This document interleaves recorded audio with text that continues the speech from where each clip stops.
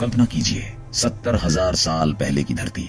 न कोई देश था, न कोई नक्शा, न कोई सीमा, सिर्फ फैला हुआ जंगली अफ्रीका, घास के मैदान, दूर तक फैली दरारें और क्षितिज पर उगता एक लाल सूरज। पूर्वी अफ्रीका की रिफ्ट वैली में एक छोटा सा मानव समूह खड़ा है। उनके पास न धातु के हथियार हैं, न भाषा की लिखित लिपि, बस पत्थर के औजार, आग की हल्की सी समझ और आंखों में एक बेचैनी। लेकिन सवाल सीधा है, अफ्रीका से भारत में आदि मानव कैसे आए? क्या वे सीधे आए? क्या रास्ते में सभ्यताएं मिली? क्या यहाँ पहले से कोई और इंसान था? जलवायु बदल रही है, बारिश कम हो रही है, झीलें सिकुड़ रही हैं, जानवरों के झुंड दूर जा रहे हैं। हर बीतते मौसम के साथ एक सवाल गहरा हो रहा है, क्या यहीं रहना सुरक्षित है? उनके बुजुर्ग शायद कहते होंगे, यही हमारी धरती है। लेकिन युवाओं की आंखों में एक अलग चमक है, क्षितिज के उस पार क्या है? इसी क्षण मानव इतिहास का सबसे बड़ा निर्णय लिया जाता है, रुकना या निकल जाना। उन्होंने निकलना चुना। यह सिर्फ एक यात्रा नहीं थी, यह एक जुआ था, अज्ञात के खिलाफ, क्योंकि अफ्रीका के बाहर की दुनिया उनके लिए शून्य थी। न उन्हें पता था कि समुद्र कितना गहरा है, न यह कि सामने रेगिस्तान है या हरे भरे मैदान। लेकिन प्रकृति का दबाव किसी भी डर से बड़ा था। यह समूह धीरे धीरे उत्तर पूर्व की ओर बढ़ा, इथियोपिया से होते हुए लाल सागर की दिशा में। उनके कदम छोटे थे, पर इतिहास के पैमाने पर वही कदम आज हमारी पहचान बन चुके हैं। वैज्ञानिक आज इस पल को आउट ऑफ अफ्रीका माइग्रेशन कहते हैं। डीएनए के धागे हमें बताते हैं आज दुनिया का हर इंसान उन्हीं कुछ 100 लोगों का वंशज है। लेकिन यहाँ एक रहस्य छुपा है। पुरातत्व के प्रमाण बताते हैं कि इससे पहले भी कुछ मानव समूह अफ्रीका से बाहर निकले थे। वे मध्य पूर्व तक पहुंचे, लेकिन फिर लुप्त हो गए। क्यों? क्या जलवायु ने उन्हें मिटा दिया? क्या वे किसी और मानव प्रजाति से हार गए? हम निश्चित नहीं हैं। इतना तय है, 70,000 साल पहले निकली यह लहर अलग थी। यह लहर रुकी नहीं। उसने समुद्र देखा, रेत देखी, पहाड़ देखे और आगे बढ़ती रही। उन्हें अंदाजा भी नहीं था कि उनकी यह यात्रा एक दिन भारत की धरती तक पहुंचेगी और लाखों साल बाद हम सब उसी निर्णय की कहानी सुन रहे होंगे। यह कहानी सिर्फ प्रवास की नहीं है, यह साहस की शुरुआत है। धरती के इतिहास में करीब 3 लाख साल पहले पूर्वी अफ्रीका की घाटियों में एक नई प्रजाति ने जन्म लिया, होमो सेपियंस। यह वही प्रजाति है जिसे आज हम मानव कहते हैं। लेकिन उस समय की दुनिया आज जैसी नहीं थी। अफ्रीका हरा भरा भी था और क्रूर भी। कभी घास के मैदानों में शेर दहाड़ते थे, तो कभी महीनों तक सूखा पड़ता था। मानव छोटे छोटे समूहों में रहते थे, 20 से 30 लोगों की जनजाति। वे शिकारी थे, संग्रह करता थे और प्रकृति पर पूरी तरह निर्भर थे। उनके पास न खेती थी, न स्थायी घर। हर दिन जीवन और मृत्यु के बीच संतुलन था। लेकिन उनमें एक चीज अलग थी, सोचने की क्षमता। उन्होंने आग को नियंत्रित करना सीखा, पत्थर को आकार देकर औजार बनाए, शिकार की रणनीति बनाई और शायद पहली बार कहानियां सुनाई। लेकिन अफ्रीका में वे अकेले नहीं थे। उत्तर में नेंडरथल, पूर्व में डेनिसोवन और लाखों साल पहले भारत तक पहुंच चुके होमो इरेक्टस। मानव इतिहास उस समय एक प्रतिस्पर्धा था। कई प्रजातियां एक ही ग्रह पर जीवित रहने की जंग में। फिर आया जलवायु परिवर्तन। अफ्रीका की झीलें सिकुड़ने लगी, सहारा क्षेत्र में हरियाली कम होने लगी। शिकार के झुंड बदलते मौसम के साथ आगे बढ़ गए। हर बार जब सूखा आता, जनजातियों को नई दिशा में जाना पड़ता। धीरे धीरे यह स्थानीय पलायन एक बड़े प्रवास की भूमिका बन गया। डीएनए आज हमें बताता है सभी आधुनिक मानव एक छोटी सी अफ्रीकी आबादी से निकले हैं। एक जेनेटिक बॉटलनेक हुआ था, जहां मानवों की संख्या बेहद कम रह गई थी। ये संख्या शायद कुछ हजार ही थी। यानी अगर उस समय कुछ गलत हो जाता, अगर कोई महामारी फैल जाती, अगर कोई प्राकृतिक आपदा आ जाती, तो आज मानव जाति अस्तित्व में ही नहीं होती। लेकिन ऐसा नहीं हुआ, बल्कि हुआ यह कि कुछ समूहों ने उत्तर पूर्व की दिशा पकड़ी। वे लाल सागर के पास पहुंचे और पहली बार उन्होंने क्षितिज के उस पार देखने की कोशिश की। अफ्रीका उनका जन्म स्थान था, लेकिन अब वह उनका अंतिम ठिकाना नहीं रहा। उनके भीतर एक नया भाव जाग चुका था, अन्वेषण। उन्हें अंदाजा नहीं था कि यह जिज्ञासा उन्हें हजारों किलोमीटर दूर भारत की धरती तक ले जाएगी। लेकिन कहानी अब और खतरनाक होने वाली है। 70,000 साल पहले अफ्रीका के सींग जैसे उभरे हिस्से, आज का इथियोपिया और इरिट्रिया के किनारे खड़े कुछ मानव पहली बार समुद्र को देख रहे थे। उनके सामने था रेड सी। आज यह समुद्र लगभग 300 किलोमीटर चौड़ा है, लेकिन उस समय पृथ्वी एक बर्फीले युग से गुजर रही थी। समुद्र का स्तर नीचे था। बाब एल मंदेब जलड मरुमध्य सिर्फ 20 से 30 किलोमीटर चौड़ा। फिर भी यह कोई छोटी दूरी नहीं थी। इन आदिम मानवों के पास न नावों का विज्ञान था, न दिशा बताने वाला कोई उपकरण, लेकिन उनके पास था जीवित रहने का संकल्प। कुछ वैज्ञानिक मानते हैं कि उन्होंने लकड़ी के तनों, सरकंडों और जानवरों की खाल से अस्थायी बेड़े बनाए होंगे। शायद वे पूरी तरह समुद्र पार नहीं कर रहे थे, बल्कि बीच बीच में उभरे छोटे द्वीपों का सहारा ले रहे थे। कल्पना कीजिए, रात का अंधेरा, लहरों की आवाज और एक छोटा सा समूह जो अज्ञात जल में बह रहा है। अगर तूफान आता तो कोई बचाव नहीं, अगर वे रास्ता भटक जाते तो कोई लौटने का अवसर नहीं।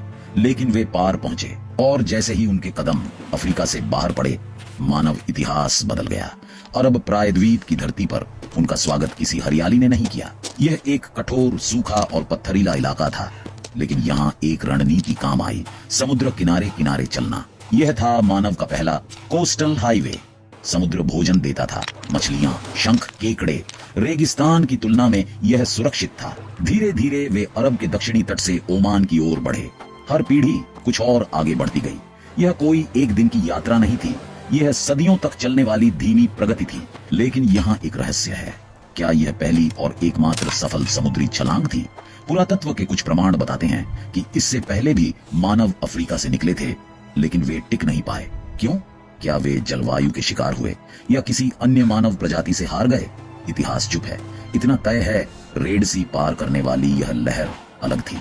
यह लहर रुकी नहीं। इसके कदम अब भारत की दिशा में बढ़ रहे थे और रास्ते में उनका सामना होने वाला था प्रकृति की सबसे भयानक आपदा से। रेड सी पार करने के बाद मानव अब एक नई दुनिया में थे, लेकिन यह दुनिया आसान नहीं थी। अरब प्रायद्वीप, रेत, चट्टाने और जलती हुई हवाएं। दिन में तापमान असहनीय, रात में हड्डियां कंपा देने वाली ठंड। फिर भी वे रेगिस्तान के बीच नहीं गए। उन्होंने चुना समुद्र का रास्ता। इसे आज वैज्ञानिक कहते हैं सदर्न कोस्टल राउट। यह मार्ग था अरब के दक्षिणी तट से ओमान, फिर ईरान के मकरान तट और आगे बढ़ते हुए सिंध और गुजरात तक। समुद्र उनके लिए सिर्फ पानी नहीं था, वह जीवन की गारंटी था। जहां समुद्र था वहां भोजन था। शंख, केकड़े, मछलियां, जिन्हें पकड़ने के लिए बड़े हथियारों की जरूरत नहीं थी। यह रणनीति अद्भुत थी। रेगिस्तान के खतरों से दूर रहो, किनारे किनारे चलते रहो। लेकिन यह यात्रा एक पीढ़ी में पूरी नहीं हुई। दशकों, शायद सदियों तक छोटे छोटे समूह आगे बढ़ते रहे। हर नई पीढ़ी अपने पूर्वजों से थोड़ा और आगे चली। यह कोई एक महान अभियान नहीं था, यह धीरे धीरे फैलता हुआ मानवीय विस्तार था। और फिर वे पहुंचे उस भूमि पर जिसे हम आज भारत कहते हैं। लेकिन यहाँ एक गहरा रहस्य है। जब वे भारत पहुंचे, क्या यह भूमि खाली थी? कुछ वैज्ञानिक मानते हैं कि लाखों साल पहले होमो इरेक्टस भारत में रह चुका था। क्या उनके अवशेष अभी भी जंगलों और घाटियों में मौजूद थे? क्या उनका सामना हुआ या तब तक वे विलुप्त हो चुके थे? हम निश्चित नहीं हैं, लेकिन पुरातात्विक प्रमाण बताते हैं गुजरात, आंध्र प्रदेश और दक्षिण भारत के तटों पर बहुत प्राचीन पत्थर के औजार मिले हैं जो इस प्रारंभिक माइग्रेशन से जुड़े हो सकते हैं। यह संकेत देता है कि भारत केवल एक पड़ाव नहीं था, यह एक शरण स्थली बन चुका था। यहाँ विविध जलवायु थी, नदियां, जंगल, पहाड़, तट। मानव के लिए यह भूमि अवसरों से भरी थी। लेकिन जैसे ही वे बसने लगे, प्रकृति ने एक ऐसा प्रहार किया जिसने पूरी मानव जाति को लगभग समाप्त कर दिया। एक विस्फोट इतना विशाल कि उसने सूरज को धुंधला कर दिया और उसकी राख भारत की धरती पर भी गिरी। करीब 74,000 साल पहले, जब मानव भारत की धरती पर अपने कदम जमा ही रहा था, धरती के एक और कोने में प्रकृति अपनी सबसे भयानक तैयारी कर रही थी। स्थान था आज का इंडोनेशिया, एक विशाल ज्वालामुखी जिसे हम आज टोबा सुपर वोल्केनो के नाम से जानते हैं। और फिर वह फटा। यह कोई साधारण विस्फोट नहीं था, यह था पृथ्वी के इतिहास के सबसे बड़े ज्वालामुखीय विस्फोटों में से एक। लावा, गैस और राख इतनी मात्रा में आसमान में पहुंची कि सूरज महीनों तक धुंधला पड़ गया। वैज्ञानिक इसे कहते हैं वोल्केनिक विंटर। धरती का तापमान अचानक गिर गया, फसलें नहीं थीं, शिकार कम हो गया, पौधे सूख गए, राख के बादल भारत तक पहुंचे। आज आंध्र प्रदेश के ज्वालापुरम क्षेत्र में टोबा की राख की मोटी परतें मिली हैं, लेकिन यहाँ कहानी और भी दिलचस्प हो जाती है। इन राख की परतों के नीचे और ऊपर मानव द्वारा बनाए गए पत्थर के औजार मिले हैं। मतलब विस्फोट से पहले भी मानव यहाँ थे और विस्फोट के बाद भी। तो क्या मानव इस वैश्विक आपदा से बच गया? कुछ वैज्ञानिक मानते हैं कि टोबा ने मानव आबादी को घटाकर सिर्फ 5,000 से 10,000 व्यक्तियों तक सीमित कर दिया था। इसे कहते हैं जेनेटिक बॉटलनेक। डीएनए विश्लेषण दिखाता है कि आज पूरी मानव जाति की आनुवंशिक विविधता बहुत कम है, जैसे हम सब एक छोटे समूह के वंशज हों। क्या यह टोबा का परिणाम था? विवाद अभी भी जारी है। कुछ शोध बताते हैं कि प्रभाव इतना विनाशकारी नहीं था जितना पहले माना गया, लेकिन इतना निश्चित है यह एक कठिन समय था। और अगर उस समय भारत में मौजूद मानव समूह जीवित बचा तो शायद भारत मानव अस्तित्व की एक शरण स्थली बन गया था। कल्पना कीजिए, आसमान राख से भरा है, सूरज धुंधला है और एक छोटा सा मानव समूह आग के चारों ओर बैठा है। वे नहीं जानते कि दुनिया के दूसरे हिस्सों में कितनी तबाही हुई है। वे बस इतना जानते हैं उन्हें जीवित रहना है, और उन्होंने वही किया। लेकिन इस संकट के बाद मानव केवल जीवित नहीं रहा, वह बदला। और अब उस बदलाव का रहस्य छिपा है हमारे डीएनए में। अगर हम समय में पीछे नहीं जा सकते तो हम अतीत को कैसे जाने? उत्तर छिपा है हमारे भीतर। हर इंसान की हर कोशिका में मौजूद है एक कहानी, डीएनए की कहानी। और यही डीएनए बताता है हम सब की जड़ें अफ्रीका में हैं। वैज्ञानिक जब दुनिया भर के लोगों का आनुवंशिक अध्ययन करते हैं तो एक दिलचस्प पैटर्न उभरता है। भारत के करोड़ों लोगों में एक विशेष आनुवंशिक चिन्ह पाया जाता है, माइटोकॉन्ड्रियल हैप्लोग्रुप M। यह वही जेनेटिक लिनिएज है जो अफ्रीका से निकली पहली सफल मानव लहर से जुड़ी है। मतलब आज भारत की 60 से 70% आबादी सीधे उसी प्राचीन प्रवास की वंशज है।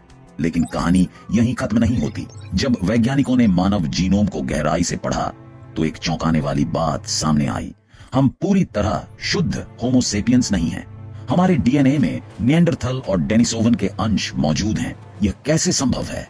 जब अफ्रीका से निकले हमारे पूर्वज मध्य पूर्व और एशिया के रास्ते आगे बढ़े तो उनका सामना अन्य मानव प्रजातियों से हुआ। यह सिर्फ प्रतिस्पर्धा नहीं थी, कहीं कहीं यह मेल भी था। इंटरब्रीडिंग, यानी अलग अलग मानव प्रजातियां एक दूसरे के साथ प्रजनन करती रहीं। आज भारत और एशिया के लोगों में डेनिसोवन डीएनए के संकेत मिलते हैं, खासकर कुछ आदिवासी समूहों में। इसका अर्थ है भारत पहुंचने से पहले या भारत के भीतर ही हमारे पूर्वजों ने अन्य मानव समूहों से संपर्क किया।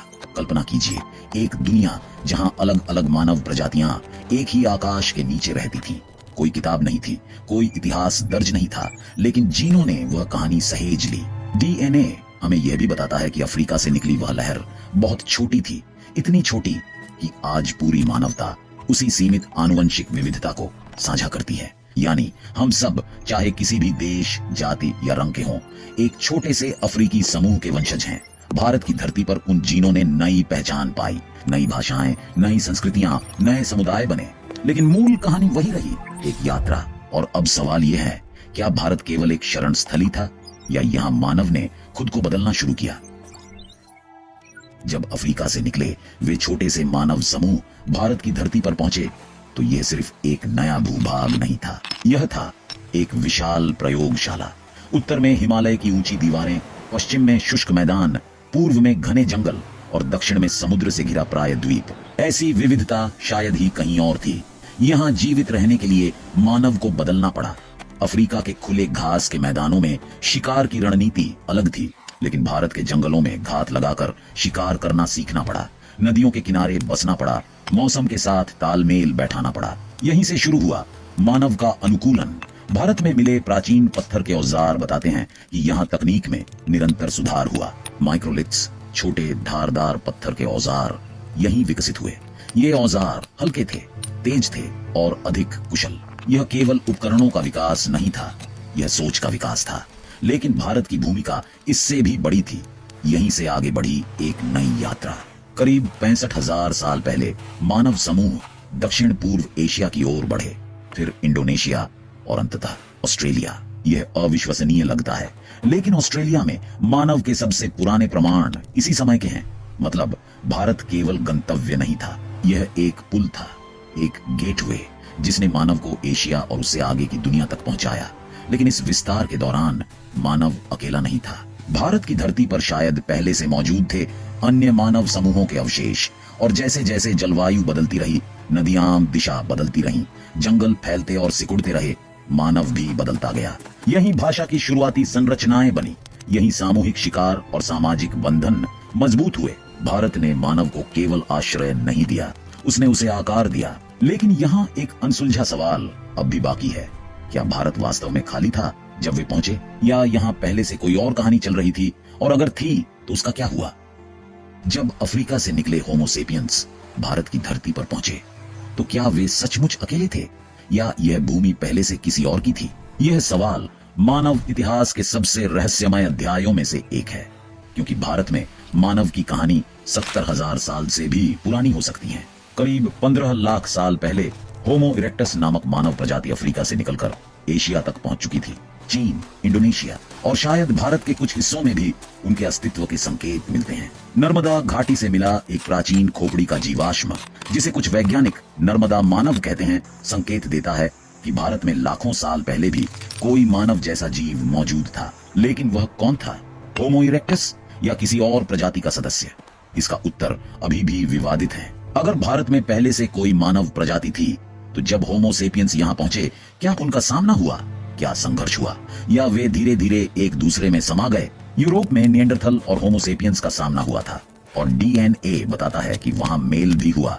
तो क्या भारत में भी कुछ ऐसा ही हुआ? आज तक भारत में निएंडरथल या डेनिसोवन के सीधे जीवाश्म नहीं मिले, लेकिन आनुवंशिक संकेत बताते हैं कि एशिया में कहीं न कहीं इन प्रजातियों के साथ संपर्क हुआ था। संभव है भारत उस संपर्क का एक हिस्सा रहा हो। लेकिन एक और संभावना भी है। हो सकता है कि जब आधुनिक मानव भारत पहुंचे तब तक पुरानी प्रजातियां विलुप्त हो चुकी थीं। जलवायु परिवर्तन, संसाधनों की कमी या प्रतिस्पर्धा ने उन्हें पहले ही समाप्त कर दिया हो, और फिर भारत एक खाली मंच बन गया हो जहां नई मानव प्रजाति ने अपनी कहानी शुरू की। लेकिन इतिहास कभी पूरी तरह खाली नहीं होता। यह संभव है कि कुछ प्राचीन तकनीकें, कुछ शिकार की विधियां, कुछ जीवित रहने की रणनीतियां नई पीढ़ी ने पुरानी प्रजातियों से सीखी हों। सीधे प्रमाण नहीं है, लेकिन संकेत मौजूद हैं। भारत की धरती चुप है, लेकिन उसकी मिट्टी के भीतर अब भी रहस्य छिपे हैं। और जैसे जैसे नई खुदाइयां होती हैं, नई तकनीकें विकसित होती हैं, शायद एक दिन हमें यह उत्तर मिल जाए। लेकिन अब कहानी एक और मोड़ लेने वाली है, क्योंकि भारत की कहानी सिर्फ पहली लहर तक सीमित नहीं रही। तो आखिर अफ्रीका से निकले वे कुछ 100 लोग हमारे लिए क्या मायने रखते हैं? अगर वे रेड सी पार न करते, अगर वे अरब के तटों पर हार मान लेते, अगर टोबा का विस्फोट उन्हें मिटा देता, तो आज हम यहाँ नहीं होते। भारत की धरती पर जो पहली आग जली थी, वह सिर्फ गर्मी के लिए नहीं थी, वह अस्तित्व की घोषणा थी। हमारी त्वचा का रंग अलग हो सकता है, हमारी भाषाएं अलग हो सकती हैं, हमारी परंपराएं अलग हो सकती हैं, लेकिन हमारी जड़ें वो एक ही कहानी से जुड़ी हैं।